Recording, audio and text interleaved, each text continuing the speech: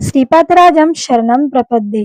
भूमीमध्ये खोलात भूकेंद्राजवळ अनेक प्रसाद कहाडे असल्यासारखे भासले. ते पाताळलोकच आहे अशी खात्री झाली.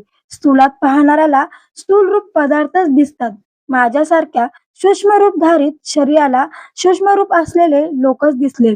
तेथे असलेले लोक नागजातीचे असून कामरूप धारण केलेले होते. त्यांना इच्छा असलेले रूप धारण करण्याची शक्ती होती.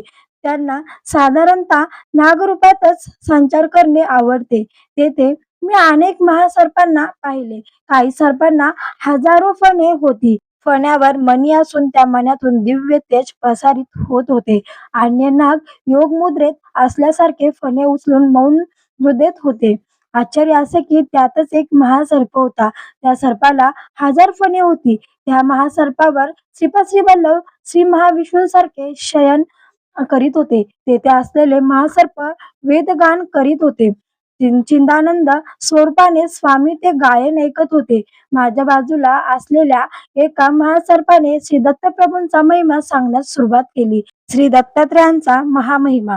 तो म्हणाला, श्री दत्तप्रभू नेपाळ देशात असलेल्या चित्रकूटातील अनुसया पर्वतावर आद्री अनुसयाच्या पुत्र रूपाने पूर्वयुगात अवतरले. ते अवतार न संपवता सूक्ष्म रूपात नीलगिरी शिखरावर, श्री शैल शिखरावर, शबरगिरी शिखरावर, सह्याद्रीमध्ये संचार करीत असतात. त्यांनी नाथ संप्रदायातील गोरक्षनाथाला योगमार्गाचा उपदेश दिला.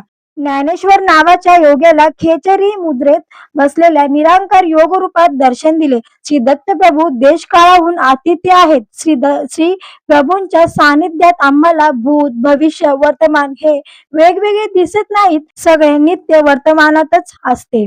अनगा समवेत दत्तात्रयांचे दर्शन. तो सर्प पुढे म्हणाला, बाबा माधवा, आम्हाला कालनाग ऋषीवर म्हणतात.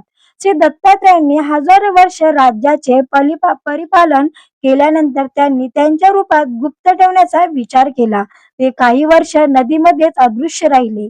त्यानंतर ते पाण्यावर आले. आम्ही अनुचर परत आमच्या बरोबर येतील म्हणून तेथेच वाट पाहत होतो, परंतु ते आमच्यापासून लपवण्याचा प्रयत्न करत होते. ते आम्हाला माहीत होते. परंतु समाधीत जाऊन थोड्या कालांतराने वर्षानंतर वर आले.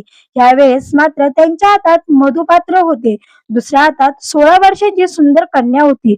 मधुपान करून सदैव गुंगीत असणाऱ्या आणि स्त्रियांच्या दास्यात असलेल्या व्यक्तीस आपण आतापर्यंत ब्रह्माने आपले दैवत मानले होते.